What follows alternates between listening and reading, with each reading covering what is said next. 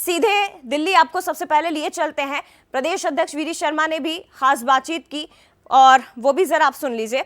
लेकिन महत्वपूर्ण खबर यह है कि इस वक्त मध्य प्रदेश से लेकर दिल्ली तक लगातार सियासी हलचलें बढ़ चुकी हैं। महत्वपूर्ण खबर है और देखिए जो बातचीत हुई है वो भी जरा आप सुन लीजिए।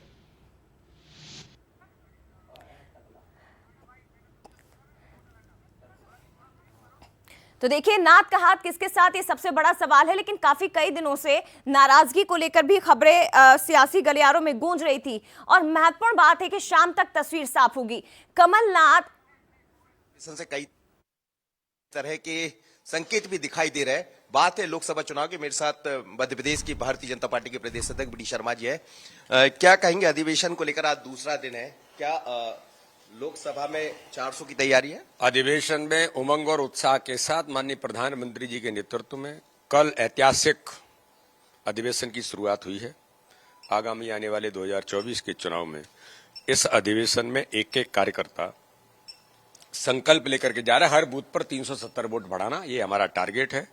और भारतीय जनता पार्टी कमल का फूल 370 के पार, ये संकल्प को लेकर के इस अधिवेशन में हम आज उत्साह और उमंग के साथ आगे बढ़ रहे हैं। ये 370 क्यों?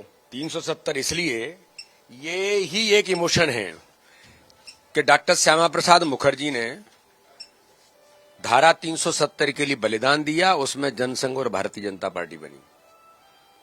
तो एक एक कार्यकर्ता का संकल्प है हर बूथ पर 370 वोट बढ़ाना, यानी डॉक्टर श्यामा प्रसाद मुखर्जी के उस बलिदान और संकल्प के आधार पर देश के अंदर ये बताना कि जिस काम के लिए बलिदान दिया था वो धारा 370 हटी और देश के अंदर भारतीय जनता पार्टी हर बूथ पर विजयश्री हासिल की। अभी बड़ी चर्चा है कमलनाथ को लेकर मध्य प्रदेश में, ये कि कमलनाथ आ रहे हैं और वैसे भी ज्वाइनिंग तो लाइन लगी हुई भारतीय जनता पार्टी तरफ। तो इसके बारे में तो कमलनाथ जी से ही पूछना पड़ेगा, अभी तो मैं कुछ नहीं कह सकता।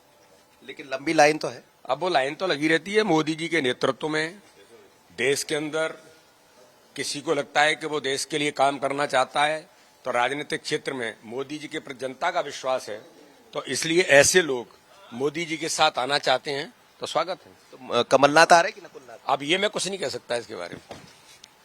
इंतजार करें? बिल्कुल बिल्कुल।